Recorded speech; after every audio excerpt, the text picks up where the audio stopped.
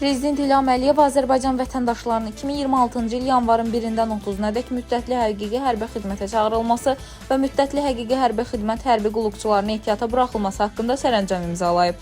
Bölgə TV xəbər verir ki, sərəncamla 2008-ci ildə doğulmuş və çağırış gününədək həmin gündə daxil olmaqla 18 yaşı tamam olmuş, habelə 1996-2007-ci illərdə doğulmuş, yaşı 30-a dək olan Azərbaycan Silahlı Qüvvələrində müddətli həqiqi hərbi xidmət keçməmiş, müddətli həqiqi hərbi xidmətə çağırışdan möhlət hüququ olmayan və ya müddətli həqiqi hərbi xidmətə çağırışdan azad edilməmiş Azərbaycan vətəndaşları 2026-cı il yanvarın 1-dən 30-nadək müddətli həqiqi hərbi xidmətə çağırılacaqlar. Həmçinin hərbi vəzifə və hərbi xidmət haqqında qanunun 38.1.1-ci maddəsində nəzərdə tutulmuş xidmət müddətini keçmiş, müddətli həqiqi hərbi xidmət hərbi qulluqçuları 2026-cı il yanvarın 1-dən 30-nadək ehtiyata buraxılacaqlar. Dilbər Vüqar qızı, Bölgə TV.